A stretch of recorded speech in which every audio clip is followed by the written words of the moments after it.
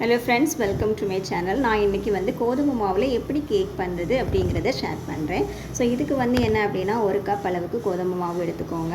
அதுக்கப்புறமா அரை கப் அளவுக்கு மில்க் நல்லா காய்ச்சி வச்சுக்கோங்க. அரை கப் அளவுக்கு சுகர் எடுத்து நல்லா கிரைண்ட் பண்ணி வச்சுக்கோங்க. ஸோ அந்த ஒரு கப் எடுத்த கோதுமை மாவில் இந்த மாதிரி 1 டீஸ்பூன் அளவுக்கு பேக்கிங் பவுடர் போடுங்க. பேக்கிங் சோடா இல்லைனாலும் பிரச்சனை இல்லை, வீட்டில் இருக்கக்கூடிய ஆப்பு சோடாவில் கொஞ்சமாக போட்டுக்கோங்க. அப்புறமா ஒரு பிஞ்ச் அளவுக்கு சால்ட்டு போட்டுக்கோங்க. ஸோ இப்போது நல்லா இந்த மாதிரி மிக்ஸ் பண்ணி விட்டுக்கோங்க. இதில் காய்ச்சின பாலை விட்டு அப்புறம் சுகர் எல்லாத்தையுமே போட்டு மிக்ஸ் பண்ணிக்கோங்க. அதுக்கப்புறமா இதில் எடுத்து வச்சுருக்க ஆயிலையும் மிக்ஸ் பண்ணிக்கோங்க. ஸோ அந்த மாவு வாட்டரியாகவும் இருக்கக்கூடாது, திக்காகவும் இருக்கக்கூடாது, இந்த மாதிரி ரிப்பன் கன்சிஸ்டன்சியில் இருக்கணும். ஸோ இந்த மாதிரி நல்ல கன்சிஸ்டன்சி வந்ததுக்கப்புறமா நமக்கு அவன் தேவை கிடையாது. வீட்டில் இருக்கக்கூடிய நார்மல் குக்கர் எடுத்து அதில் கீழே இந்த மாதிரி ஒரு ஸ்டாண்டு போட்டு அதுக்கு மேலே அந்த ட்ரேயை வச்சுடுங்க. ஸோ இதை என்னென்னா, இதை எடுக்கிறதுக்கு முன்னாடி 10 மினிட்ஸ் ப்ரே ஹீட் பண்ணி வச்சுக்கணும்.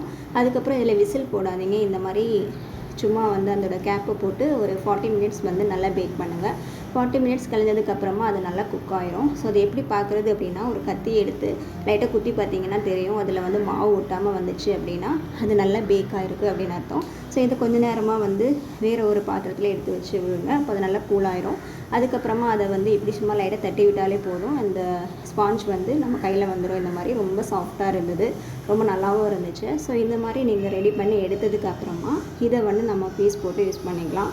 ஸோ இதில் பார்த்திங்கன்னா, நம்ம மற்ற கேக்கில் மைதா யூஸ் பண்ணி பண்ணுவாங்க. ஸோ வீட்டிலே நம்ம பண்ணும்போது வீட் பண்ணிக்கலாம். ஸோ இது ரொம்ப ஹெல்த்தியாக இருக்கும்.